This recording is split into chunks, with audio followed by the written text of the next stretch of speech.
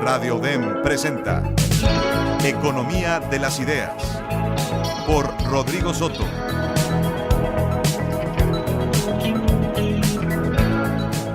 Bueno, volvemos otra vez a la aventura de equivocarnos y a la aventura de aprender, a la aventura de absorber información y compartir también información.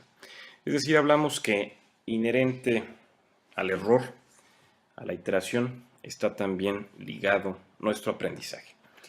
Mi nombre es Rodrigo Soto y este es un programa más de Economía de las Ideas, Radio DEM 90.5, y como siempre agradeciendo al estímulo y la motivación, especialmente del buen amigo Sergio, para que continuemos con este breve espacio tratando de compartir algo, tratando también de aprender, invitando a la reflexión, pensamiento crítico, y recordarles que todas estas colaboraciones las pueden ustedes ver sin ningún problema en el sitio economiadelasideas.mx, y también ahí encuentran escritos de un servidor.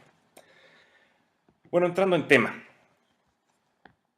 me he puesto a pensar recientemente que depositamos la confianza en un gobierno, especialmente en el gobierno de México. Y curiosamente, nosotros, a cambio del pago de impuestos, pensamos que ese gobierno nos va a ofrecer seguridad, entre otras muchas cosas, ¿verdad? Seguridad,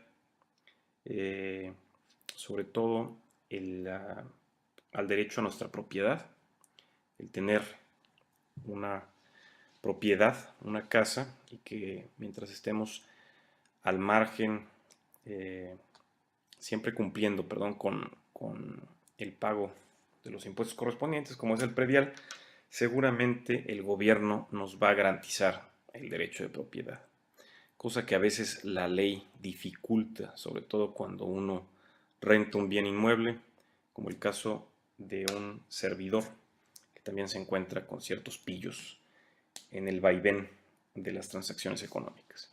Pero bueno, siguiendo en este tenor, depositamos entonces la confianza en el gobierno y esperamos, entre muchas otras cosas, que nos ofrezca seguridad, que nos ofrezca también un buen sistema de salud, que nos ofrezca una economía sólida y, por supuesto, que nos ofrezca calidad educativa.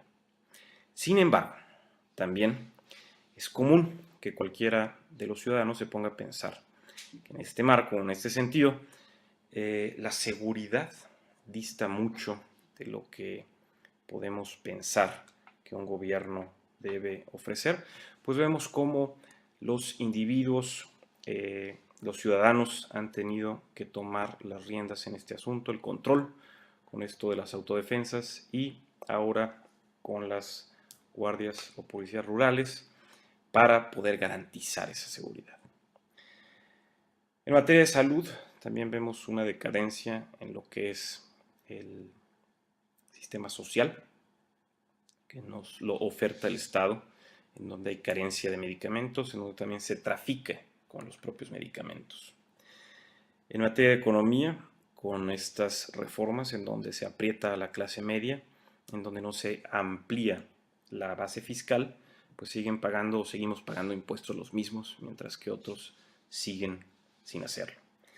Y en la parte de educación, pues también nos encontramos muy lejos de aquellos países que también tenemos que reconocer que son de poca población y homogéneos, en donde se encuentran las primeras posiciones. Pero algo que se nos olvida a todos nosotros como ciudadanos, y no solamente a los mexicanos, sino a cualquier otro ciudadano, es el capital intangible de una nación. Y sabemos de antemano que al escuchar la palabra capital se encuentra directamente relacionada con cierto nivel de riqueza. En un estudio del Banco Mundial se vio titulado, Where is the Wealth of Nations? Measuring Capital for the 21st Century, se nos dice, o se ha llegado a algunas conclusiones, en donde gran parte del capital de un país se encuentra en la parte intangible. Es decir, por ejemplo, la OCDE dice que si sumáramos todos los capitales, el capital natural, o sea, la riqueza natural de un país, representaría algo así como el 2.3%. El explotar ese capital natural, las empresas, las compañías, todo lo que se forja con la creatividad humana, sería alrededor del 17.2% del capital producido. Y sorprendentemente el 80.5% restante sería el capital intangible. Entonces lo más importante es el recurso humano en nuestro país. Y en fin, la colaboración del día de hoy, dejando un poco la parte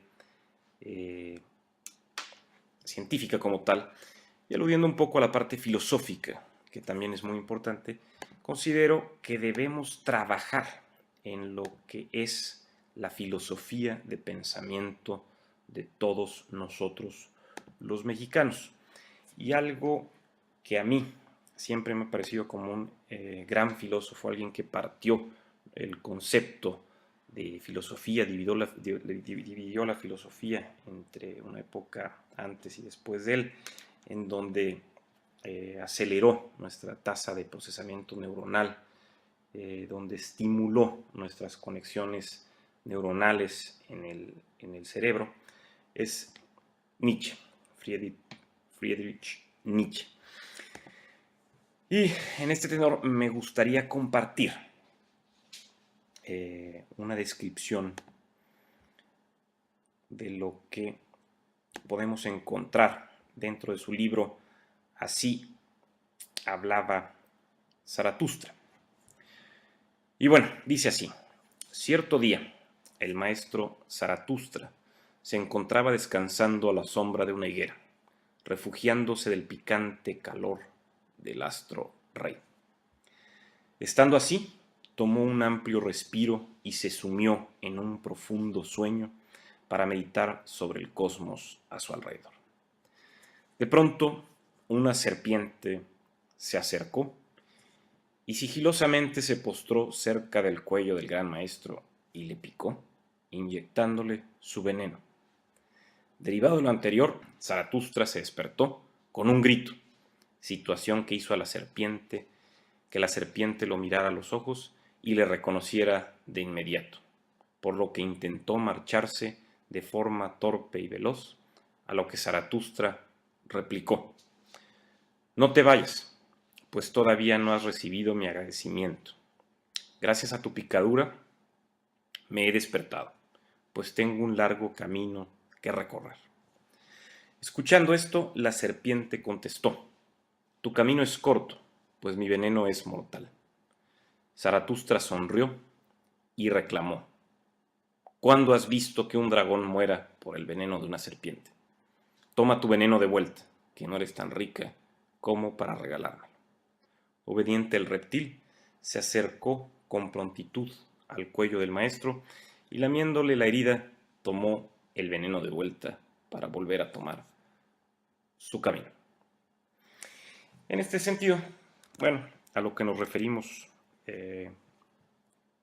con el compartir algo sobre Zaratustra, sobre Así hablaba Zaratustra de Nietzsche. Es muy conocida la capacidad adaptativa de los seres humanos, pues hemos podido poblar lugares inhóspitos para la vida. Todo ello gracias a que contamos con la capacidad de modificar nuestro medio ambiente y hacerlo mucho más acogedor de lo que la madre naturaleza lo ha hecho. Incluso también pareciera que debido a nuestro éxito adaptativo, nos gusta erigirnos como la especie dominante del planeta y en un esquema metafórico similar a lo descrito en las líneas anteriores de Zaratustra y la serpiente, parecemos jactarnos también de lo que sucede a nuestro alrededor. Y en este sentido, pienso que es importante, entonces, meditar que todos nosotros, todos los seres humanos, nacemos con la misma capacidad de procesamiento neuronal y es solamente aquellas combinaciones en las que podemos explotar mejor esa tasa de procesamiento para que surjan esas ideas creativas y esos momentos eurecas.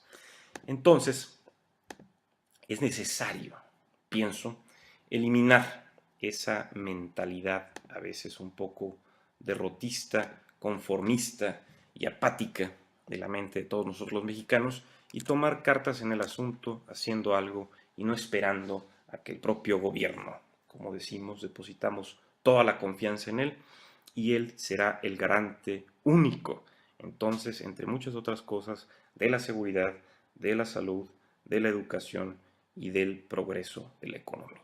Yo creo que también con pequeños cambios en la estructura de pensamiento, sobre todo en la parte filosófica o la filosofía de pensamiento del mexicano, nos puede ayudar bastante a transformarnos. Otra anécdota interesante en un escrito que denominé hace tiempo el Zaratustra que todos llevamos dentro, hablo en relación a los hermanos Reinhold y Gunther Messner, que bajaban de la montaña Nanga Parbat en Himalaya, según el brillante relato de Caroline Alexander. Y bueno, era normal que Reinhold, como hermano mayor, se adelantara a veces hasta 1 hora de distancia de su hermano Gunther. Era ya conocida la experiencia y habilidad de ambos montañistas, pero la jornada no había sido sencilla, pues habían pasado una noche durmiendo a una temperatura de menos 40 grados, y Reinhold se preocupaba por la salud de su hermano, que experimentaba cansancio exagerado en la montaña gélida. Y bueno, el no tener los sentidos agudos puede traducirse en tragedia. En su propia descripción, el hermano mayor de los Messner, moviéndose por instinto mientras continuaba descendiendo y sin percatarse de la velocidad con que avanzaba, se detuvo al ver un riachuelo para beber agua después de no haber contado con ese vital líquido, increíblemente, según nos dice, en 4 días. Ahí pensó que era ideal esperar a su hermano Gunther y refrescarse ambos con alivio. Sin embargo, este nunca llegaría. Perdido en sus pensamientos y desvariando, buscó a su hermano por casi 2 días. En ocasiones sentía la presencia de su hermano o escuchaba su voz. Aturdido y exhausto, hizo caso a su instinto de supervivencia y bajó de la montaña. En el año 1970, al regresar de esa travesía, que sería para él un punto de inflexión en su futuro, le fueron amputados 7 dedos de los pies a Reinhold Messner, pero la pérdida mayor fue, como nos imaginamos, la de su hermano. A partir de ese momento, el alpinismo se convirtió en algo más profesional para Reinhold y fue cuando se encontró a sí mismo y comenzó a probar su propio potencial, lo que le valió convertirse en el mejor montañista del mundo, según lo descrito por Caroline Alexander, como dijimos, en el artículo de National Geographic, Venciendo lo Imposible.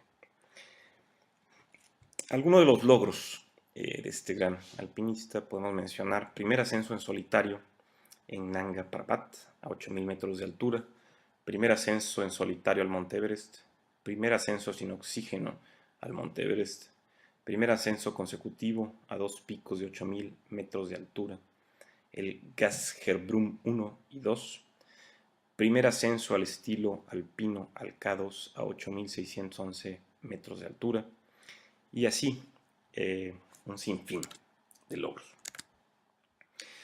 Y bueno, ¿por qué hablamos de Reinhold Messner? Porque nos recuerda al Zaratustra de Nietzsche. Como dijimos, cuando estaba dormido bajo la higuera y debido al calor se tapó la cara y el brazo, y mientras una víbora se acercó, como lo dijimos, lo mordió en el cuello, y Zaratustra despierta gritando del dolor, y al ver a la serpiente alejarse, le dice: no te vayas, que aún no te he dado las gracias. Has hecho bien en despertarme, porque me quedaba todavía mucho camino por recorrer.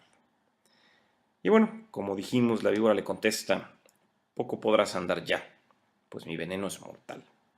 A lo que Zaratustra sonríe y replica: ¿quién ha visto que un dragón sucumba al veneno de una serpiente? Anda, toma de nueva cuenta tu veneno, que no eres lo suficiente rica para regalármelo. Y bueno, la víbora toma de vuelta su veneno y se va. Y esa es tal vez parte de la perspectiva que deberíamos de tomar nosotros en el ejemplo práctico y en el ejemplo filosófico, en el ejemplo práctico de Messner, en el ejemplo filosófico de Nietzsche, para tal vez transformar parte de lo que es el pensamiento de nosotros como los mexicanos, y que cada uno de nosotros pues también nace con el mismo número de neuronas y podemos estimular la caja de procesamiento neuronal para que, como dijimos, surjan esas ideas creativas, surja también con el esfuerzo de todos en forma colaborativa y también en una competencia individual que fomenta también la riqueza de la oferta y la demanda, ese concepto de autoorganización en donde podamos contribuir a mejorar el funcionamiento de este país. Y bueno, continuando con Reinhold Messner, podemos decir que el Nanga Parbat mordió en el cuello a Reinhold con la muerte de su hermano. Le infligió una herida grave, pero él supo sobreponerse y canalizar su energía para convertirse en el mejor. Sacó lo mejor de sí y su potencial le ha ganado ser pionero en la cima de diversas montañas. Según, por ejemplo, Jennifer Kahn, el corazón trabaja a un ritmo de 100.000 latidos por día e impulsa 5.6 litros de sangre a través de una red aproximada de 96.000 kilómetros de arterias y venas y capilares. En esos latidos, los que nos transforman y marcan líneas divisorias, tal vez, entre lo que éramos y lo que somos en la actualidad.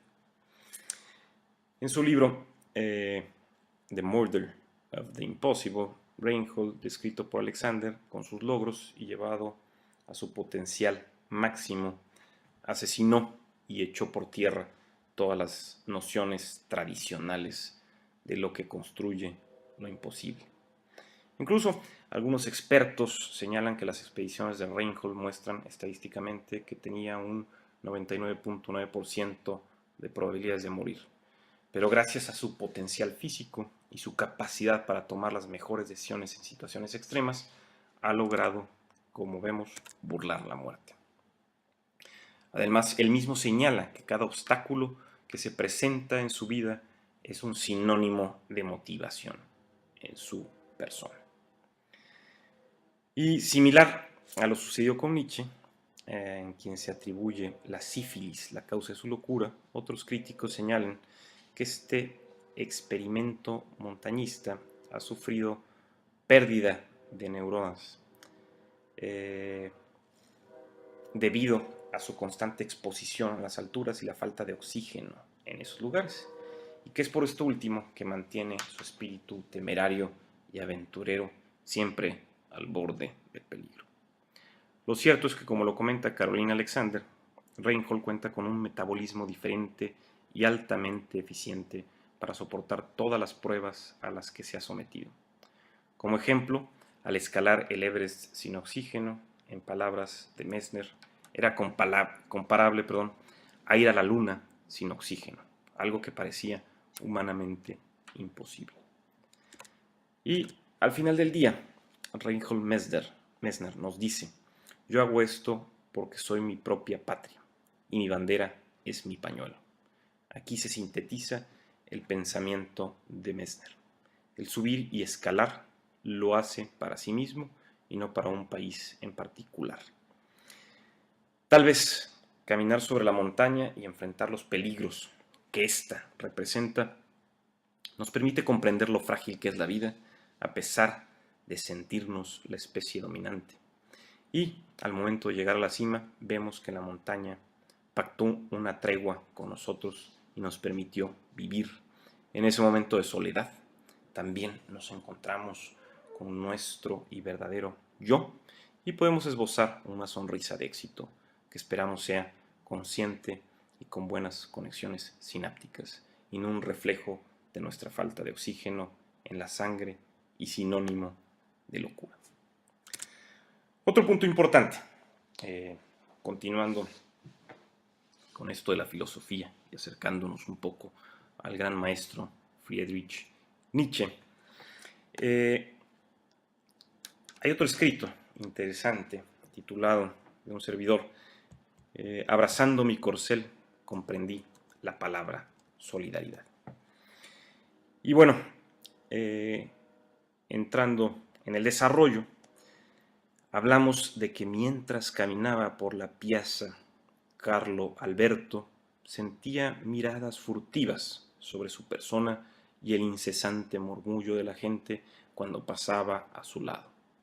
Pero sabía muy bien lo que decían, que estaba loco, que siempre lo había estado, que era un misógino, un ser agresivo, entre muchos otros apelativos no tan agradables.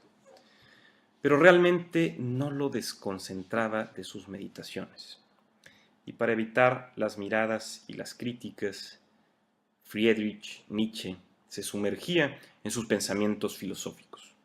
Bien sabía que todos esos ataques eran infundados, pues los seres humanos son crueles a la hora de juzgar a alguien diferente al resto de la población.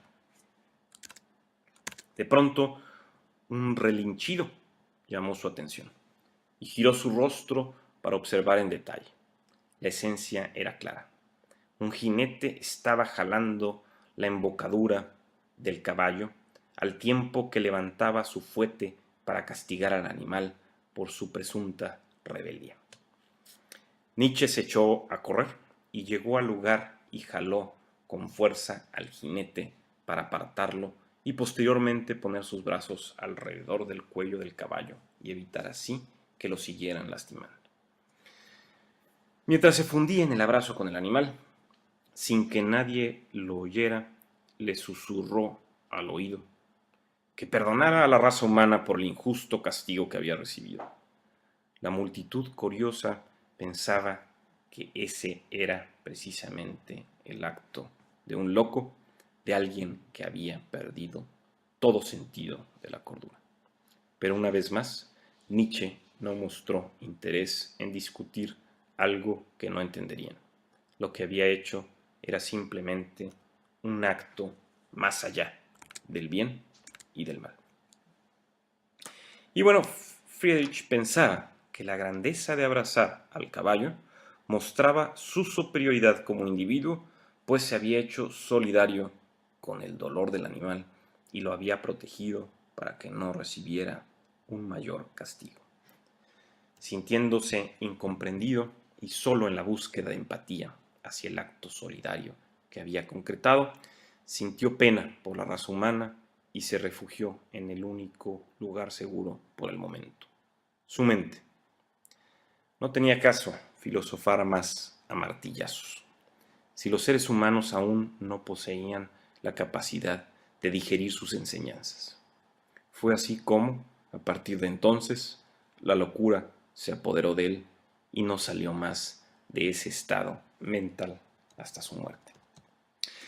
Y bueno, existe, según la valiosa enciclopedia Wikipedia, registro del abrazo de Friedrich Nietzsche en la piazza Carlo Alberto, pero no hay evidencia de que efectivamente le haya susurrado eso que describimos al equino. Cómo me hubiera encantado que la escena anteriormente descrita fuera una realidad y conocer esa faceta solidaria del gran filósofo.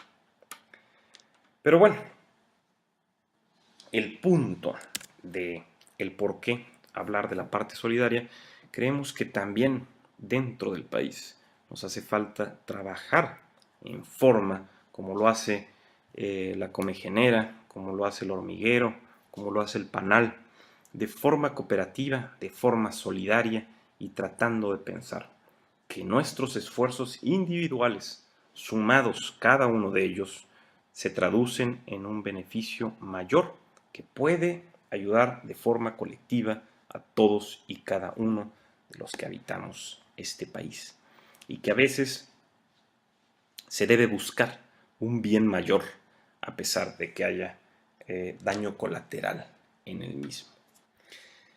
Y bueno, la historia nos sirve de referencia para este tema también de complejo análisis y pocas veces utilizado por nuestra especie, es decir, hablar de lo que es la empatía, hablar de lo que es también la parte solidaridad. Y bueno, en este sentido también podemos pensar que la especie humana tiene muchos logros de dónde asirse antes de caer en el agujero negro del olvido. Pero si algún día se hiciera la pesadilla de que dejáramos de existir en este planeta y nos extinguiéramos, ¿por qué seríamos entonces recordados? ¿Por qué seríamos entonces valorados? ¿Qué es lo que entonces dejaríamos de recuerdo en este sentido? Recordemos entonces que todo esto tiene un sentido, y es hablar de que el trabajo de la filosofía, particularmente en la forma de pensar de nosotros los mexicanos, nos ayudaría, pienso yo, a transformarnos como nación y buscar entonces tener esos lugares en el primer mundo, subir esos escalafones en el primer mundo y trabajar, como lo hemos visto, en lo que es el capital social de una nación, que es mucho más importante que el capital de la riqueza natural y más importante también que el capital se produce, como lo estamos diciendo.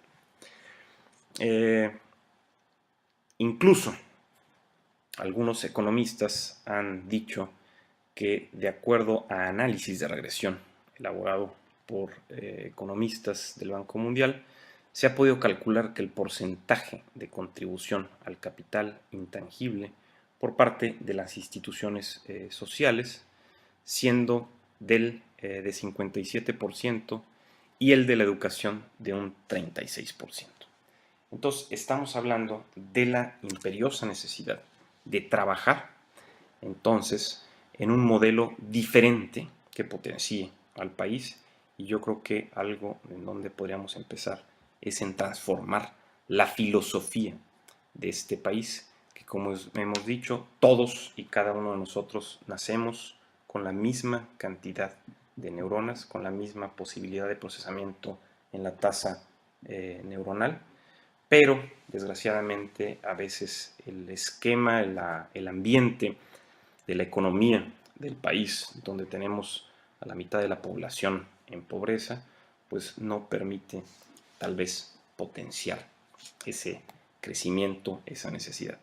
Pero dejando a un lado la mentalidad derrotista y abrazando un poco las enseñanzas que vimos de Zaratustra, de su encuentro con la serpiente, de Reinhold Messner y la derrota de todo lo que pareciera imposible, eliminar la palabra imposible con todos sus logros, nos puede acercar un poco más a transformar este país y en ver que pequeños cambios que se empiecen a realizar después se traducen o tienen un efecto dominó para bien positivo si recordamos la parte de la emergencia y la autoorganización o el surgimiento que se puede dar por medio de comprender el error, de iterar y de aprender en este sentido.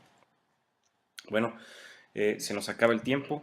Mi nombre es Rodrigo Soto, Radio UDEM 90.5.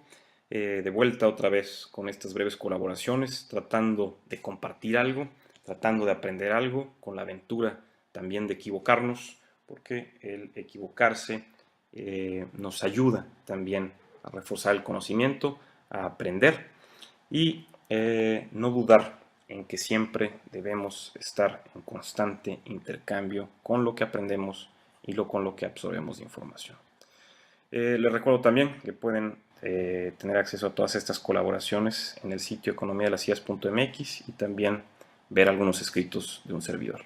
Muchas gracias y nos vemos en la siguiente. Radio UDEM presentó Economía de las Ideas por Rodrigo Soto.